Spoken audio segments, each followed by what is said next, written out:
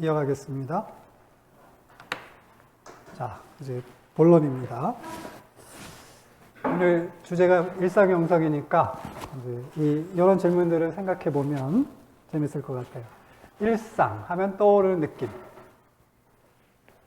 일상 하면 여러분들이 먼저 머릿속에 탁 떠오르는 단어나 느낌은 어떤 것입니까? 우리 아주 열심히 대답하는 학생. 네? 권태. 권태라는 게 뭐예요? 지루하다는 거 아니에요? 지겹다. 왜? 반복돼서. 뭔가 새로운 것이 없이 같은 일들이 계속 반복되는 상태를 가리키죠. 자, 그러면 지금 이제 인생을 어느 정도 살아보신 분들이잖아요, 이쪽은. 여기는 20대들이 주로 앉으셨기 때문에. 그래서 잘 모르실 거예요. 그죠? 신경이 그러시죠? 올해 20대시니까. 그러니까 여기는 오늘 끝날 때까지 여기 20대로 가겠습니다. 여기는 30대. 그러면 지금까지 살아보시니까 인생 뭐 있어요? 별거 없죠. 자, 그러면 일상이라고 하는 말이나 인생이라는 말을 같이 연결시켜서 보면 특별한 사건은 별로 없어요. 별로 없죠. 그러면 비슷한 날들의 반복인 거예요. 그리고 보통 사람들은 어떻게 생각해요? 그러니까 이게 지루하다. 똑같은 일의 반복이다. 그래서 권태롭다. 그래서 염증을 느낀다. 이렇게 되는 거예요. 그러면 결국 승부를 이 평범한 일상 계속 반복되는 이 여기서 승부를 보지 못하면 아무것도 못 얻는 거예요. 그래서 이게 전부기 때문에. 그러니까 우리는 계속 끊임없이 뭔가 있을 거라고 생각하잖아요. 그래서 끊임없이 뭔가 있는 걸 자꾸 찾는데 이걸 찾는 사람은 실패할 가능성이 높습니다. 적어도 우리가 30을 넘게 산 사람들은 알지요? 20대는 모릅니다. 적어도 30을 넘게 산 사람은 인생 별거 없다는 거 알아요. 특별한 거 별로 없어. 그리고 이게 대부분이야. 그럼 결정해야 되잖아요. 별거 없어. 그리고 이런 게 계속 반복되는 거야. 라고 하면 신앙이 별게 아니고 이 반복되는 지루한 일상을 어떻게 즐겁게 사느냐가 결국 영성의 문제라는 거예요. 복잡하지 않습니다. 그죠? 아니, 그러면 그렇다. 아니면 아니다. 동의하십니까? 30대 여러분?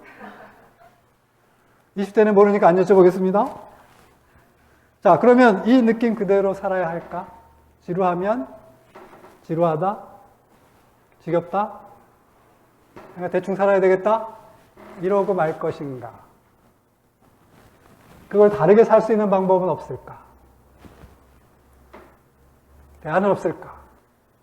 저는 있다고 믿는 사람이고 또 있다고 이렇게 스스로 믿고 또 그렇게 생각하면서 살아왔기 때문에 저는 대안이 있다고 보는 사람입니다. 그러면 신앙이나 일상은 달라야 할까? 어떻게 다를 수 있을까? 그리고 일상을 거룩하게 만들 방법은 없을까? 어차피 일상밖에 안 남는데 이것을 거룩하게 살 수 있는 방법은 무엇일까? 그리고 칼라노 신부님 얘기한 것처럼 일상 안에서 초월을 경험할 수 있을까? 일상 안에서 초월을 경험할 수 있을까? 저의 숙제입니다. 그러면 이제 하느님이 늘 개입하는 시간이 있으신데 항상 함께 하시지만 여러분들이 함께 하신다고 하는 걸 잘 못 느끼기 때문에 어떤 때 섬광처럼 다가오는 그 초월의 순간을 경험할 수 있다면 그래도 뭔가 이렇게 지루한 일상을 조금 더 탈피해 볼 수 있지 않을까? 이런 생각을 하게 되고 또 저도 이 책을 처음에는 아주 짧게 쓸 생각이었습니다. 왜냐하면 라너 신부님이 일상이라고 하는 아주 짧은 분도서 책자 보시면 아주 짧은 책을 쓰셨거든요. 제가 그걸 20대에 봤습니다. 근데 그때는 읽긴 읽는데 무슨 뜻인지 모르겠어. 그래서 그때 잘 이해는 못했지만 뭔가 굉장히 심오하다는 생각이 있었어요. 그래서 나도 나중에 공부를 하면 저와 같은 책을 써보고 싶다라고 했는데 그 몇 배의 두께가 됐으니까 제가 아직 때가 안 된 것 같아요. 근데 그분이 그렇게 얘기를 하세요. 아주 지루하게 반복되는 일상 안에도 이렇게 초월이 개입하는 순간이 있다는 거예요. 섬광같이 이렇게 초월이 나에게 이렇게 다가오는 순간이 있는 것 같아요. 여러분들은 그런 거 언제 경험하신 적 있으세요? 언제 경험하셨어요? 전 너무 많아요. 저렇게 또 많으면 또 내가 의심하게 돼. 또 맨날 사적 계시 받는 거 아닌가 싶어가지고. 그게 아니고 저는 제가 그걸 최초로 강렬하게 느꼈던 거는 이제 그 두 번째 성지순례 갔을 때. 오케이. 됐어, 그러면. 그런 거. 또. 자매님. 네. 자, 그러면 경험하셨다고 하니까 초월이 뭘까? 초월에 대해서 한번 질문해 봐야 되겠죠?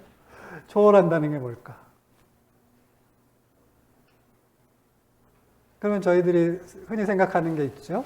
초월하면 인간의 물리적 한계 또는 시공의 한계를 넘어서는 걸 초월이라고 생각하잖아요. 뭐 그런 순간도 있죠. 그러니까 그걸 배제하거나 부정하는 것은 아닙니다. 그러나 더 중요하게 생각하는 초월이 있어요. 우리 가톨릭에서 더 중요하게 생각하는 초월은 자기를 넘어서는 거예요. 그래서 여기서 자기를 넘어선다는 게 어떤 의미냐? 보통 사람들은 자기의 이기심에서 벗어나지 못하거든요. 자기 테두리를 못 벗어나는데, 그래서 자기의 테두리를 부수고 타인을 향해서, 타자를 향해서 가는 것. 자기 한계를 넘어서 그 타자를 향해서 가고 타자에 갔을 때 자기를 주는 거예요. 가는 것으로 끝나는 게 아니야. 가서 주는 거예요. 이게 초월이에요. 그러니까 두 개의 초월이 다 있어야 됩니다. 그러니까 하느님이 매 순간에 함께 하신다라고 하는 순간순간의 체험. 또 끊임없이 자기를 넘어서는 체험. 이기적인 자아를 벗어나서 이타적인 자아를 향해서 가는, 타자를 향해서 가는 이런 움직임들이 동시에 있어야 한다는 거예요. 저는 뭐 기도할 때 많이 경험합니다. 그리고 아주 그렇게 걷다가도 어떤 순간에 탁 그렇게 느껴질 때가 있어요. 그러니까 그것은 어떤 것을 우리에게 얘기해 주는 거냐 하면 하느님이 계시다라고 하는 것을 여러분들이 말로는 하는데 안 믿는 분들이 많잖아요. 근데 그것을 체험하는 거예요. 근데 목표는 뭐예요? 이걸 지속적으로 경험하는 게 중요한 거죠. 한순간에 짧게 경험하는 것이 아니라 지속적으로 경험하는 게 중요한 것이죠. 그럼 이걸 어떻게 할까? 그래서 신앙인으로 살며 제가 얻은 저의 결론은 뭐냐면 말이나 글보다는 실천이 되게 중요하다. 몸으로 하는 것이 중요하다는 것이고, 우리 수사님들도 이제 본격적으로 수도 생활에 들어가셨는데, 수도 생활할 때 계속 머리로 뭘 할 것 같잖아요? 머리는 안 됩니다. 그러니까 우리는 수덕 생활이라고 하잖아요. 수도 생활이라고 하지 않고, 가톨릭은 수덕 생활이라고 합니다. 수도는 엄밀하게 말하면, 이거는 조금 이 동양적인 영성인 거예요. 나는 수도가 적절한 번역인지 모르겠어요. 사실 우리한테 적절한 표현은 수덕이라고 할 수 있어요. 덕을 닦는다. 그럼 덕을 닦는다는 게 어떤 것이냐? 신앙의 중요한 가치들을 몸으로 반복 실천해서 저절로 되는 상태. 내가 노력하지 않으나 몸에 배워서 저절로 되는 상태를 덕이라고 해요. 그럼 그 덕의 상태에 이를 때까지 뭘 해야 된다는 거예요? 몸으로 계속 실천해야 된다는 뜻이죠. 이것 없이 안 되는 거예요. 그럼 이것 때문에 이것으로 구원받느냐 그런 의미는 아닙니다. 우리가 노력하는 것, 하느님의 은총으로 우리를 도우시지만 우리 편의 노력이 필요하다 이런 뜻이에요. 그래서 우리 편에 협력한 인간으로서도 도리가 있잖아요. 해야 될 도리. 그러니까 이런 것이 개신교와 우리하고 다른 점이에요.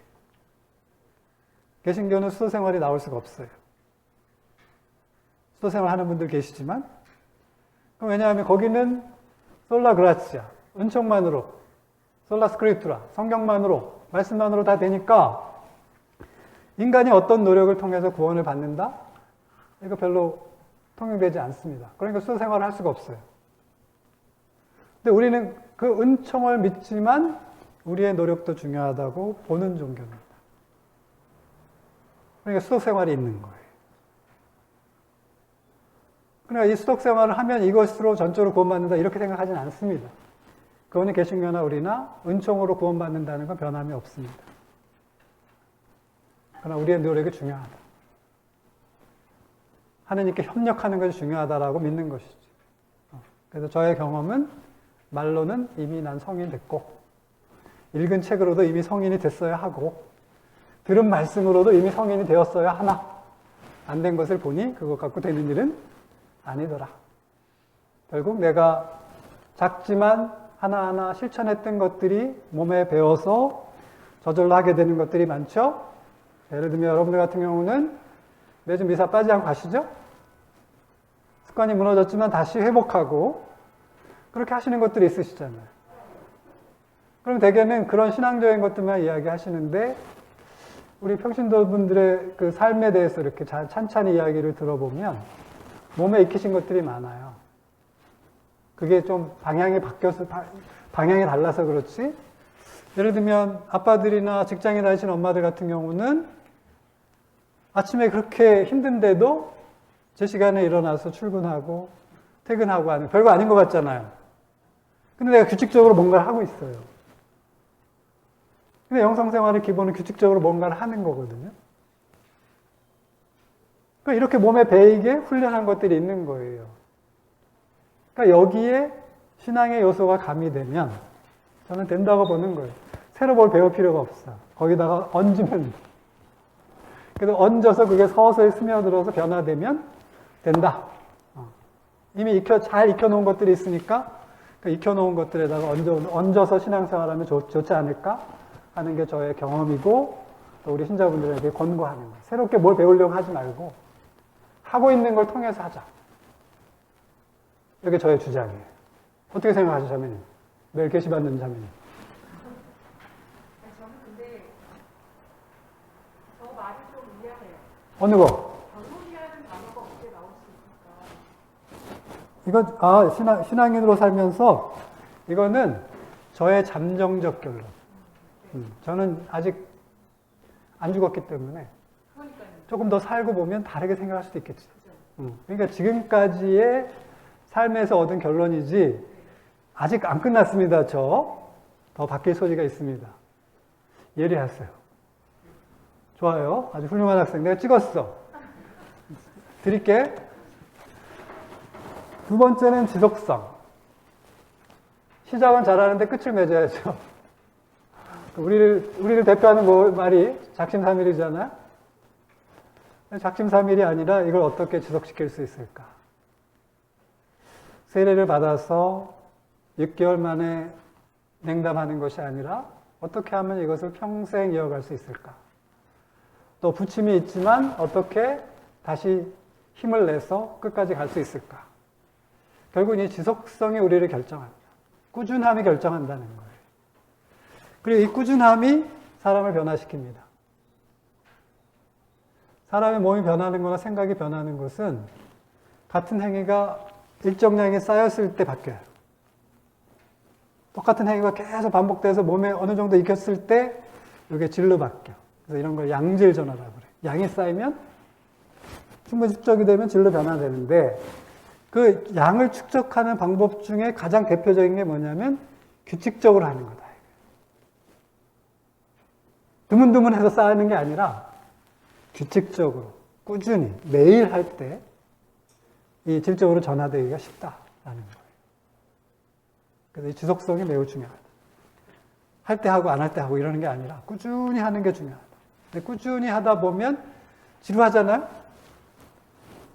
그럼 변화가 없으니까 안 하려고 해요. 그런데 그때가 유혹이에요. 그걸 잘 넘기시면 좀 이따가 이제 그 원리를 설명하겠습니다만 좀 있으면 변합니다. 거기에 이르기 전에 포기합니다. 그래서 이거 다이어트 실패하는 거랑 비슷해요. 꾸준히 가면 되는데 어느 단계까지 못 넘어가고 거기서 주저앉게 되는 거죠. 이건 영성생활도 마찬가지다, 이건. 그러니까 늘 깨어있다라고 하는 건 지금 여러분들이 제 강의를 들으면서 딴 생각을 하셨어요? 제 얘기만 들으셨어요? 네. 그럼 깨어있는 거예요? 내가 깨어서 들을 만한 가치가 있는 자가 아니지요? 그러니까 계속 딴 생각이 이렇게 있잖아요. 그러니까 우리가 분심이라고 하죠. 마음이 나뉜다라고. 우리 카톨릭에서 분심이라는 말 쓰잖아요. 분심이 든다. 분심이 든다. 마음이 나뉜다는 거예요. 하나의 전이라는 마음. 하나에 집중돼서 하나로 딱 모아지는 마음이 아니라 계속 마음이 여러 개로 갈라진다. 이런 상태에는 깨어있는 게 아닙니다. 그래서 성찰을 해도 이 지금 있었던 것부터 쭉 과거로 이렇게 올라가려면 이게 깨어있지 않고는 기억이 잘 안 나요. 그러니까 그 순간순간에 집중하지 않으면, 그리고 거기서 계속 지속시키지 않으면 기억 잘 못해요. 그럼 기억 다 못하는 거 다 뭐라고 해요? 무의식이라고 하죠. 의식한 것만 잘 기억나고 의식하지 않은 것들은 기억나지 않습니다. 그럼 그렇게 의식하지 않았던 것들이 나중에 영향을 주지요? 안 좋은 영향을 줍니다. 그리고 깨어있으면 아무래도 언행을 조심하게 되지요. 깨어있는 게 이렇게 중요합니다. 그리고 깨어있으면 공부도 잘합니다. 그렇죠? 거기 하나에 집중하면 공부 잘하는데 싫으면 딴 생각이 드니까 마음이 나눠지는 순간부터 잘 안 되는 거예요. 그러니까 이웃과 함께 한다는 것, 즉 타자와 함께 하는 것이 이제 몸에 배야 된다, 이런 뜻이에요. 자, 그러면 영적 성장은 어떻게 하는 거냐?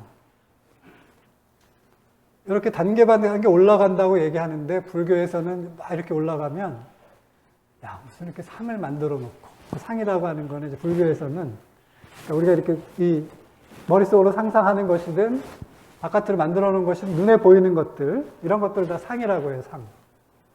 그 상을 만들어 놓고 주체와 객체를 나눠 놓고 그래서 그 대상한테 뭘 가려고 하는 그 순간부터 이미 우리는 거리가 멀어지고 있다. 이 사람들이 이렇게 얘기해요. 이미 그러니까 주관과 객관을 나누는 순간 깨달음은 멀어졌다. 이것이 하나라고 하는 걸 알 때 이게 깨달음이라고 얘기하는데 그건 그분들 얘기고 우리 식으로 가는 거야. 우리는 방향이 있어. 목표가 있고 그 방향을 향한 목표가 있고 방향이 있고 거기 가는 좌표가 있어요. 그러면 여러분들이 신앙생활을 하고 혼자 하지 않고 교회에 오시는 이유는 뭐예요? 그동안 가톨릭 교회가 만들어 놓은 방향과 좌표, 또 그 길을 걷는 방법을 배우는 거죠. 여러분 스스로 하지 않아도 가톨릭 교회나 이렇게 오래된 전통이 있는 종교들은 검증된 체계가 있는 거예요. 여러분들이 애쓰지 않아도. 그냥 여기서 얘기하는 대로 쫓아가도 8, 90%는 목표에 도달합니다. 특별한 사람들이죠. 이제 여러분들 같이 이제 특별한 20대 같이 특별한 분들이 그 10%에 드는 거고, 보통은 그냥 그 길을 따라가면 합니다. 그러면 제가 말씀드린 원리도 그 8, 90%에 해당되는 원리를 말씀드리는 거예요. 그게 전부가 아니고 적어도 그냥 이렇게 쫓아가면 달성할 확률이 8, 90%가 되는 가르침을 이야기하는 것이다. 제가 꾸며낸 게 아니고 우리 교회 전통 안에서 내려오는 가르침들을 정리하면 이렇게 정리할 수 있다, 이런 의미입니다.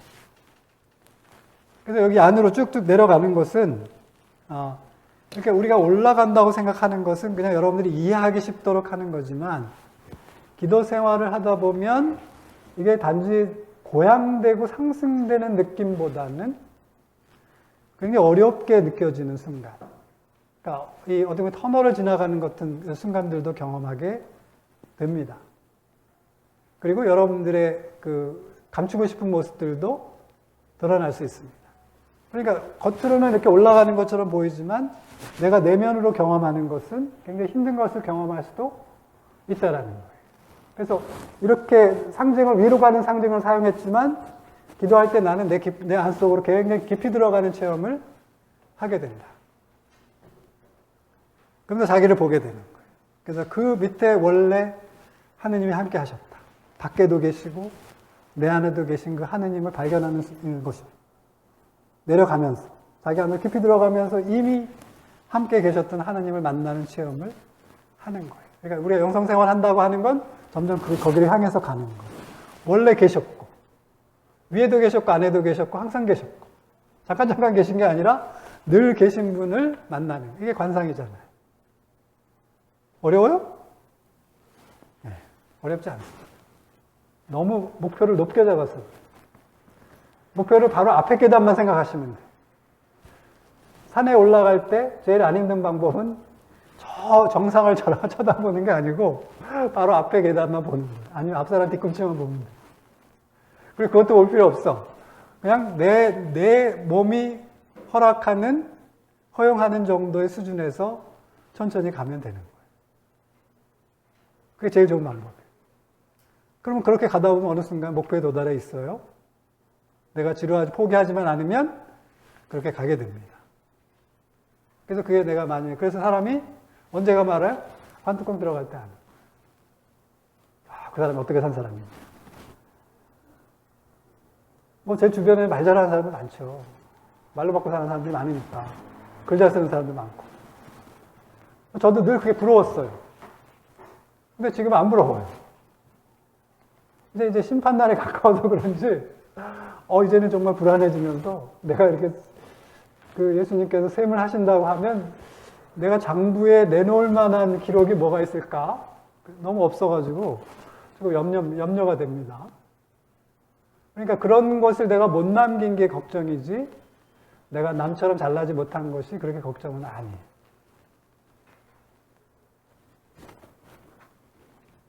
공감이 되죠?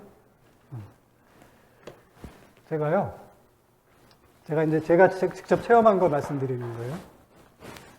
어떤 새로운 기도를 배웠어요. 이 기도를 배우면 다 관상에 이를 수 있다고 해가지고 열심히 배웠어요. 근데 처음에는 막 열심히 하고 그러니까 막 이렇게 성인이 된 느낌이 들어. 얘가 막 이렇게 공중에 한 50cm에서 2m 정도 떠 있는 듯한 느낌 있잖아요. 아셔? 그러다가 한 2달 정도 지나니까 진도가 나가기는커녕 너무너무 지겹게 뭐가 안 풀리는 거예요. 그래서 이렇게 떨어져서 정말 포기할까 말까라고 하는 것을 여러 번 고민하다가 그걸 계속했을 때 점차 올라가는 경험을 했거든요. 그래서 제가 그거를 악기를 배웠었어요. 제가 좀 우아하게 살고 싶어서 이 클라리넷을 배웠는데 처음에 배우러 갔는데 제가 첫 레슨 때 내가 소리를 잘 내는 거예요. 기고만장이지. 응? 기고만장. 야, 첫날 소리 내기 이렇게 어렵다는데 일주일 동안 진도가 막 쫙쫙 빠지는 거야. 그러니까 정말 기고만장해서 제가 어떤 생각을 했냐면 이 속도면 1년 뒤에는 오케스트라하고 협연할 수 있겠는데? 라고 했는데 그 다음부터 안 올라가. 지겨울 정도로 안 올라가. 그러다 한참 하다 그 고비를 넘기면 조금 올라가요. 그래서 그 상태 가다가 또 계속 하면 조금 올라가. 이 과정이 연속이었어요. 그런데 그 과정이 나가서 전화 받으세요. 그래서 이 과정이 너무나 완만하기 때문에 마치 변화가 없는 것처럼 보이는 거예요. 그래서 많은 사람들이 실패하는 이유는 계속 변화하고 있고 성장하고 있는데 그게 눈치가 안 채지는 거예요. 자기가 그걸 알아채기가 굉장히 어려운 거예요. 그러니까 이거는 아주 완만하게 올라가는 산이라고 생각하시면 돼요. 이 원뿔형에 이렇게 산이 있다고 하면 이거를 아주 완만하게 올라가게 해놓으면 그냥 평지를 걷는 것 같은데 그러니까 전혀 내가 올라간다는 생각이 안 드는데 나중에 어느 순간에 내 정상에 올라가 있는 그런 과정이라고 보시면 좋을 것 같아요. 그런데 이것이 꾸준함이 없다면 됐을까요? 꾸준함이 없다면 안 됐을 일이에요. 예를 들면 한 달 동안 열심히 하다 한 달 쉬잖아? 다시 시작하기 더 어려워. 그냥 계속하는 게 더 쉬워요. 쉬었다 또 하고 쉬었다 또 하잖아요? 배로 힘들어요. 그래서 제가 아주 이웃 종교인 분들하고 친하게 지내는데 제가 아주 불교의 가르침도 좋아하고 공부도 많이 하고 그래서 그분들하고 얘기가 통하거든요. 아, 그러면 그분들이 그래요. 일로 오래. 건너오래. 그래서, 불교로 오래. 그래서 제가 그분들한테 그렇게 답합니다. 여기서 보낸 시간이 아까워서 못 가겠어. 진심이기도 하고. 그리고 여기저기 기웃기웃해서 좋은 성과를 본 사람 못 봤어요. 길은 많죠. 좋은 길은 많습니다. 그러나 우리 몸으로 가지고 몸을 가진 존재들은 이것 조금 저것 조금 해가지고 거기 도달하는 방법이 없어. 하나를 마스터해 넘어갈 수 있어. 그래서 우리가 종교 간의 대화를 할 때도 존중하는 것과 내 삶의 지표로 삼아서 이 수덕을 한다라고 하는 건 전혀 다른 각도로 접근해야 돼. 나한테는 절대적이어야 합니다. 다른 사람은 존중하지만 적어도 나의 신앙은 나한테 절대적이야. 그래서 그건 하느님의 명령이라고 생각하고 지키고 사는 거예요. 이런 방식이 아니고는 갈 수 있는 방법이 없어요. 이것 조금 저것 조금 한 사람들은 힘이 안 나잖아요. 에너지가 분산돼 있잖아요. 자, 여호와의 증인 또는 그 신천지에 간 분들하고 우리 천주교 분들하고 어디가 에너지가 더 강해요? 왜 그래요? 저기는 확실하게 믿잖아. 저게 자기네 진리, 자기네께 진리라고 그러잖아. 우리도 자기께 진리라고 믿지만 왠지 힘이 없죠? 힘이 없는 이유가 뭐예요? 확신이 부족하거든. 그래서 저도 개신교 신자분들하고 이렇게 전도 나오신 분들하고 이 마주치기가 좀 두려워요. 그래서 그분들이 마주치면 이렇게 여쭤보시거든요. 구원 받으셨습니까? 그럼 받았다고 얘기하잖아요. 구원에 확신이 있으십니까? 라고 물어요. 그럼 막 자꾸 작아지는 거예요. 그 질문을 들을 때마다. 아, 그래서 그다음부터는 좋은 방법을 생각해냈어요. 멀리서 보이잖아? 오던 길을 되돌아가. 막다른 골목은 안 되고, 이렇게 또 옆을 살펴서 다른 길이 있으면 다른 길로 가. 제가 이렇게 극복하고 삽니다. 왠지 아쉽죠? 그럼 한번 생각해 보세요. 어떤 쪽의 에너지가 더 강한가? 어느 게 더 추진하는 힘이 더 강한가 생각해 보면 기웃기웃하지 않는 거예요. 하나에 몰두하는 게 에너지가 가장 셉니다. 그렇게 해도 갈등말등한데 여기 조금 저기 조금 해가지고 뭐가 되겠어요? 그래서 기웃거리지 말아야 한다. 한 길을 꾸준히 간다. 이게 왕도예요. 여기서 이제 우리 동양에서는 이제 공자님이 하신 말씀을 되게 중요하게 생각하는데 50이 되면 뭘 한다고 그랬어요? 공자님이 50이 되니 1000명을 알았다고 그랬죠. 60이 되니 이순이 됐고 70이 됐을 때 종심소의 분류를 하고 내가 아무렇게나 내가 이 생각이 나는 대로 막 행동을 해도 조금도 법도에 어긋나는 법이 없었다. 종심소의 분류구라고 하는 표현을 쓰셨어요. 그러면 이걸 우리 신앙에다가 대입하면 어떨까? 자, 그러면 30의 뜻을 세웠다고 그러잖아요? 그럼 30의 뜻을 세웠다는 건 무슨 뜻이냐? 30에 내가 가톨릭 신앙을 선택해서 이 삶으로 평생 살기로 결심한 거를 이입이라고 하자. 그래서 열심히 그렇게 해서 꾸준히 그걸 살아서 40이 돼서 부록이 되자. 그 목표가 흔들리지 않아. 그래서 계속 가서 50이 되니까 1000명을 알게 됐어. 그 1000명을 우리식으로 신학적으로 해석하면 이렇게 설명할 수 있습니다. 하늘이 나에게 명한 것을 알게 됐다는 것이니까 그동안은 우리가 신앙생활하면서 내가 원하는 것, 이루고 싶은 것을 하느님께 빌었죠? 하느님이 여러분을 통해서 이루고 싶은 것은 안 여쭤보셨어요. 그죠? 내가 이루고 싶은 것을 위해서 하느님이 해주셔야 된다고 했지, 당신이 나를 이 땅에 보내신 이유가 있을 텐데 그 이유가 무엇이고 당신은 나를 통해서 무엇을 이루고 싶으신지를 여쭤봐 드리지 않았어요. 50에 그걸 안다는 거예요. 그러면 이제 신앙의 관점이 조금 바뀌는 거죠. 항상 나를 위한 신앙이었는데 당신은 나를 통해서 뭘 실현하고자 하시지? 당신 나를 지으셨다면 이유가 있을 텐데 그것을 방향을 바꾸는 것만으로도 우리의 신앙생활이 많이 달라지죠. 그래서 그렇게 해서 또 10년을 가면 이순한다라고 하는 게 귀가 순해진다는 것인데, 귀가 순해진다는 건 무슨 얘기를 들어도 거슬리지가 않는 거예요. 근데 지금 거슬리는 얘기 하시면 어떻게 해요? 누가 거슬리는 얘기 하면 발끈! 오늘부터 절교! 너는 나의 원수! 이렇게 되잖아. 근데 이게 걸림이 없다는 거예요. 그렇게 해서도 10년 가니까 이제는 아무렇게나 행동하는 것 같은데도 완전히 몸에 배서 내가 이 가르침에서 벗어나지 않더라. 이게 동양적 수행이에요. 유교식 수행. 선비가 군자가 되는 방법이에요. 우리는 이것과 좀 다르죠. 그렇지만 비슷한 점도 많습니다. 왜? 이 영성생활에게 몸으로 하는 것이기 때문에. 여태까지 여러분 마음먹은 대로 됐으면 여기 계시지 않죠. 저랑 못 만나지요. 그죠? 딴 데 가 계실 거예요. 근데 마음먹은 대로 됐어요? 안 됐죠. 부분적으로 됐고 다는 안 됐어.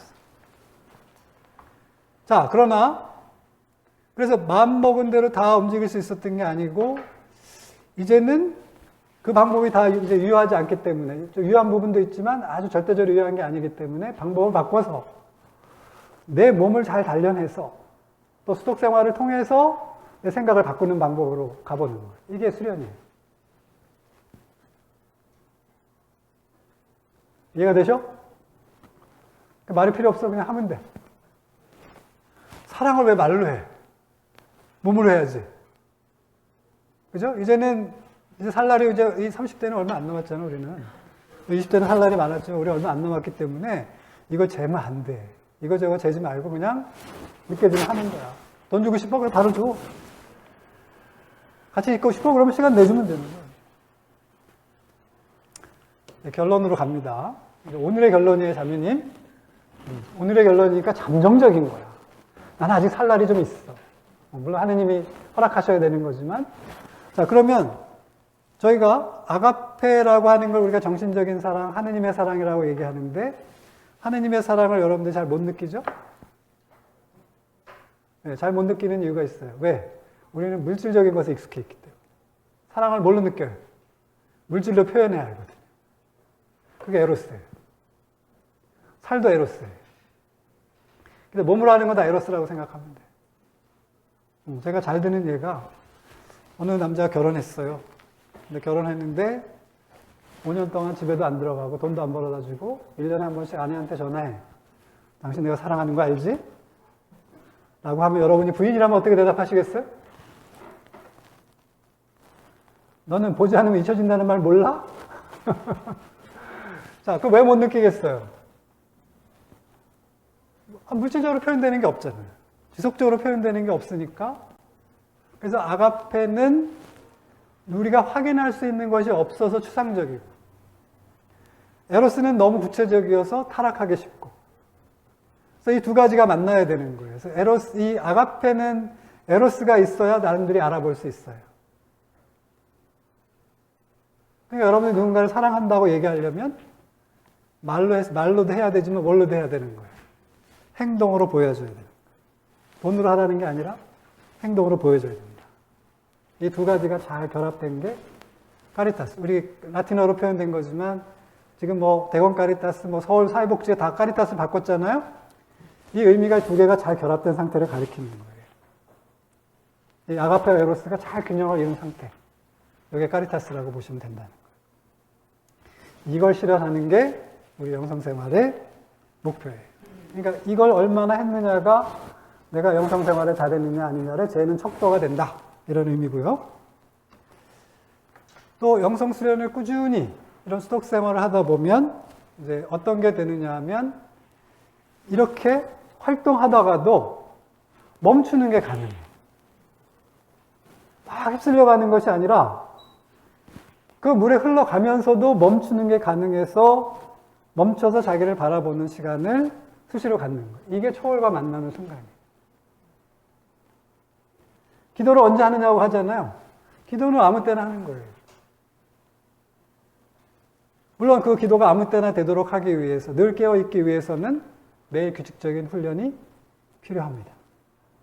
둘 다 필요한 거예요. 규칙적으로 하면 아무 때나 할 수 있어요. 그래서 24시간 어떻게 기도할 수 있습니까? 그랬더니 어떻게 가르쳐 주셨느냐? 이건 이제 그리스 종교의, 러시아 종교의 이야기인데, 그냥 숨 쉴 때 예수, 내쉴 때 예수, 들이쉴 때 예수 하면 된다. 말로만 하는 게 아니라 그분의 삶을 생각하고, 그분이 그냥 공기처럼 내 숨이라고 생각하고 계속 그분과 호흡하고 있으면 그분이 내가 된다. 그럼 24시간 하죠. 그러면 숨은 24시간 쉬니까 숨에다 얹으면 24시간 기도할 수 있죠? 그러니까 말은 쉽습니다. 그러나 하다 보면 되죠. 그러니까 서서 이게 목표입니다. 그래서 순간순간 지금은 이게 흩어져 있죠. 어쩌다 되고 어쩌다 안 되기 때문에. 그래서 이거를 제가 뭐라고 얘기하냐면 처음으로 권총으로 쏜다. 땅, 땅, 땅. 그러니까 하루에 점이 몇 번 안 찍히는데 열심히 수련한 기관총으로 쏴. 다다다다 해가지고 이렇게 점이 점점 많아지는 거예요. 근데 이 점이 점점 선으로 이어지고 길어지고 이러면서 점점점 우리가 관상에 가까워지는 거예요. 하나님과 늘 같이 하는 시간이 길어지는 상태가 되는 거다. 그래서 이렇게 멈춤과 바라봄 이런 것을 실천하다 보면 어느 순간에 내가 남이 다가오기만을 기다렸던 사람인데 어느 순간 내가 다가서더라. 받으려고만 하는 사람인데 어느 순간 내가 주더라. 이런 상태로 바뀐다는 거예요. 이렇게 안 바뀌면 기도 생활 제대로 안 하는 거예요. 이거 사입이야. 삶으로 안 바뀌었는데 그게 무슨 기도예요. 그래서 예수님, 우리 교황님도 그거 굉장히 경고하세요.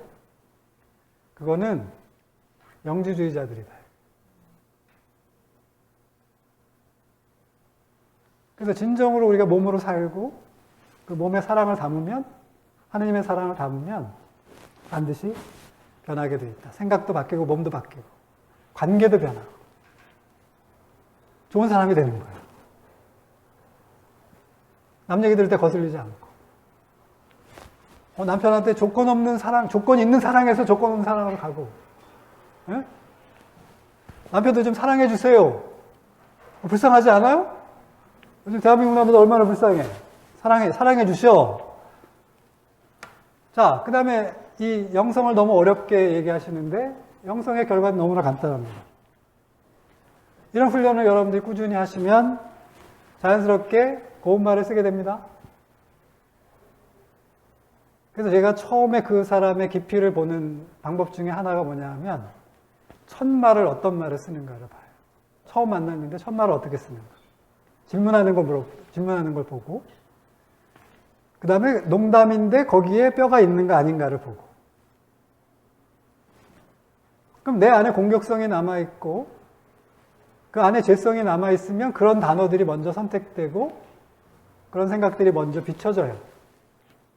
그래서 제일 고운 말을 쓴다는 것이 그래서 중요한 거예요. 그러니까 그 안에 그런 에너지가 가득하면 어떻겠어?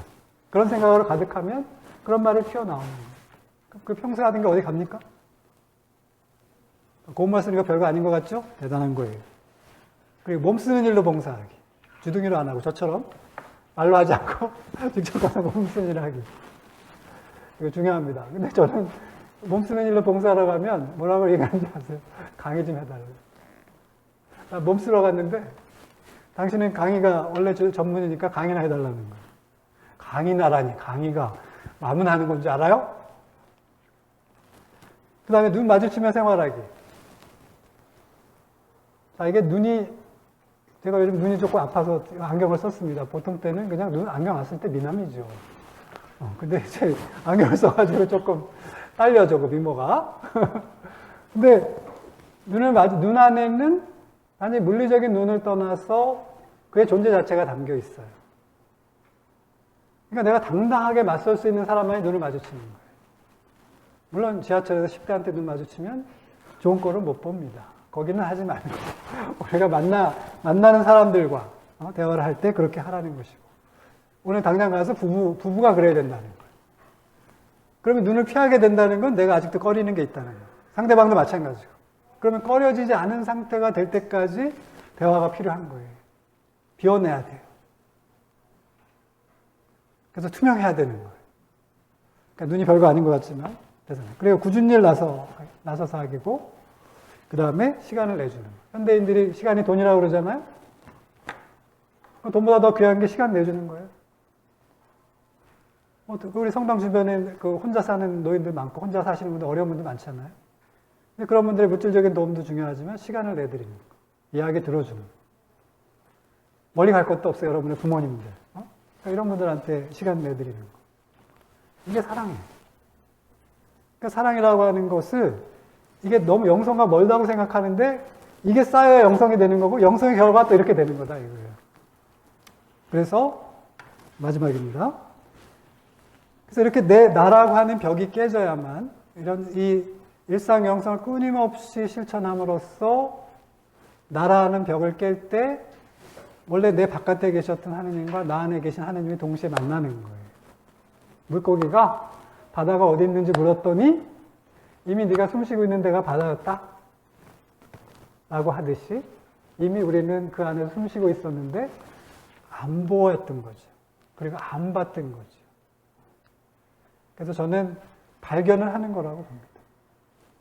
새로 뭘 하시는 게 아니고 이미 있는 걸 발견하는데, 그래서 그 엠마오로 가는 두 제자들이 어땠어요? 나중에 눈이 띄었다 그러죠.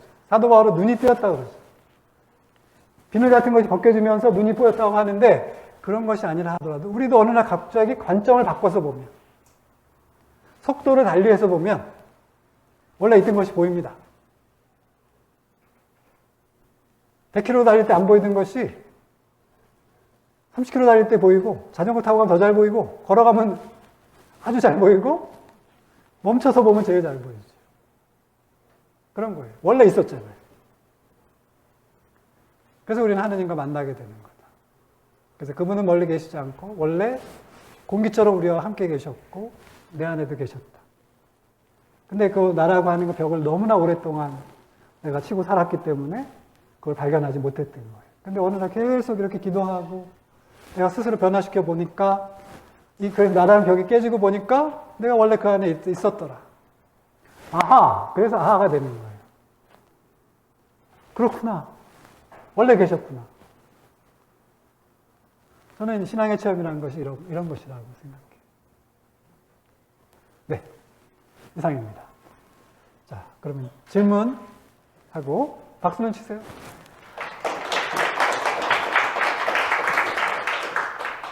질문하십시오. 연구소가 오픈돼 있어요? 장소는 닫혀 있고요. 네. 정신은 열려 있습니다. 무슨 뜻이냐면 오실 수 있어요. 네, 아니, 네. 기존에 이제 성당에 여러 단체들이 있는데 지금 저한테 부여된 게 전입교 분들 이렇게 오셨을 때 이제 맞이하는 그런 역할을 중요한 역할. 하거든요. 네. 그래서 당장은 그냥 복음 공부를 이제 하기로 했어요. 근데 지금 그냥 짧게 봤을 때 그 연구소 처음에 시작하실 때 뭐 대부분 출발하셔가지고 2주에 한 번씩 기도하시고 뭐 이렇게 그런 과정들이 이거 이런 식의 방식이 좋을 것 같은 생각이 들어서 한번 구경해보고 싶어가지고. 네, 좋습니다. 기회가 되시면 오십시오. 이따가 끝나고 나서 제가 알려드릴게요. 또 질문은 아니고요. 아까 그 계단식으로 성장하는 그 안에 동그란 그 그게 나중에 그 파일을 드릴 거예요. 그 파일에 보시면 이제 그 안에 있는 나의 참자. 그러니까 우리는 지금 이 밖에서 보고 있는 여러분의 자아는 사회적 자아라고 하죠. 이제 구스타프 융의 표현을 빌면 사회적 자아이고, 사회적 자아는 그 타인에게 보이기 위한 자아. 그래서 가면의 요소, 진실이 없는 건 아니지만 가면의 요소가 있다. 그래서 페르소나라고 하는 라틴어의 가면이라는 뜻을 써서 우리의 인격을 personality, 페르소나에서 온 거거든요. 그게 가면이라는 뜻이에요. 그러니까 진짜 자기 모습을 안 보여준다는 거예요. 그러니까 우리가 이게 계속 사회가 나에게 요구했던 나의 모습만 알고 있는 것일 수 있어요. 그래서 진정한 나를 모를 수 있다는 거예요. 근데 이런 기도 생활을 하고 영성 생활을 하다 보면 점점 그 창조됐을 때 나를 향해서 가는 거예요. 그 참 자아를 보게 되는 거죠. 그러면 이 바깥이 나에게 씌워놓은, 포장해 놓은 것들을 다 벗겨내고 원래 하느님께서 나를 지으셨을 때의 그 모상, 임하고 내이로서의 나를 보게 되는 거예요. 그래서 그 원이 바깥에 있는 원들을 하나씩 거쳐서 그 안으로 들어간다는 거예요. 그러니까 그래서 겉으로 올라가는 거는 이렇게 올라가는 것처럼 표현이 되지만 내가 내면에서 경험하는 건 안으로 점점 들어가게 된다. 땅속으로 들어가듯이.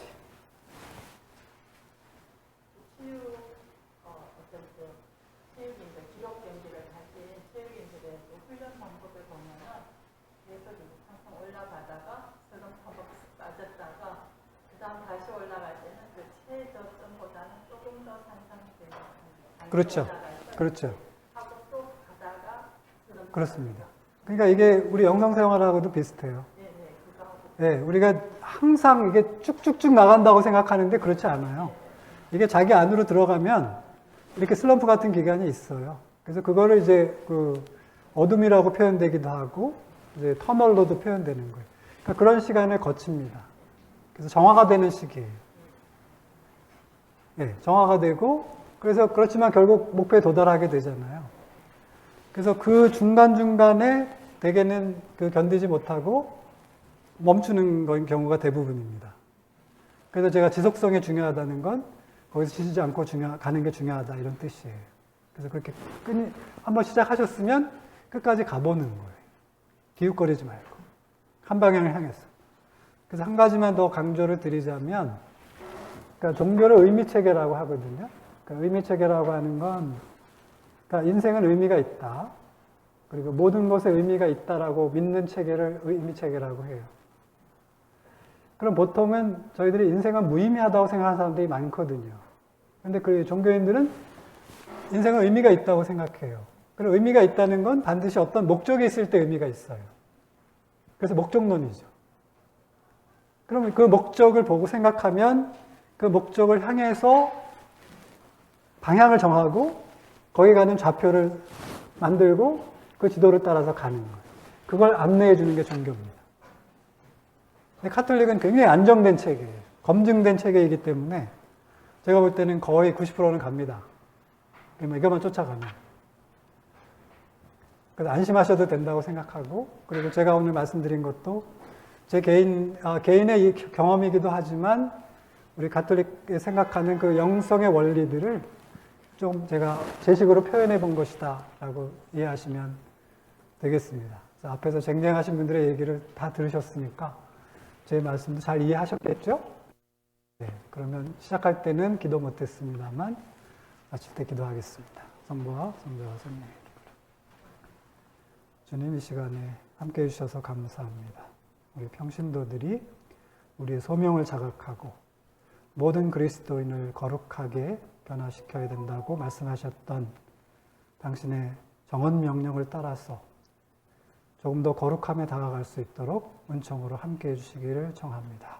이 시간 허락해 주신 것에 감사드립니다. 영광이 성부와 성자와 성령께 전과 같이 이제와 항상 영원히 아멘. 성부와 성자와 성령의 이름으로 수고하셨습니다.